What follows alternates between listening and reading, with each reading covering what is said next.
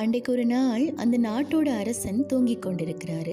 அதிகாலையிலேயே அவருக்கு ஒரு கெட்ட கனவு வருது. அந்த கனவை கண்டு அவர் ரொம்பவுமே பயந்து எழும்புறாரு.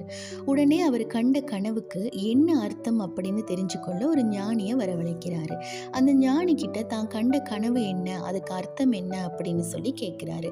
அந்த ஞானியும் கொஞ்ச நேரம் யோசிச்சுட்டு அதுக்கு பிறகு சொல்றாரு, அரசே என்னை மன்னிச்சிருங்க, உங்களுக்கு முன்னாடியே உங்களோட உறவினர்கள் நண்பர்கள் எல்லாருமே இறந்துருவாங்க அப்படின்னு சொல்லி சொல்றாரு.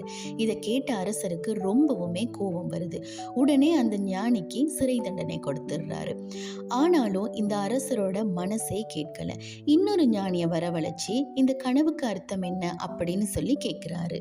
இரண்டாவதா வந்த ஞானியும் கொஞ்ச நேரம் யோசிக்கிறாரு.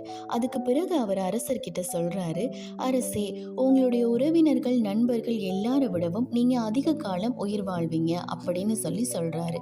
இதை கேட்ட அரசருக்கு ரொம்பவுமே சந்தோஷமா போகுது.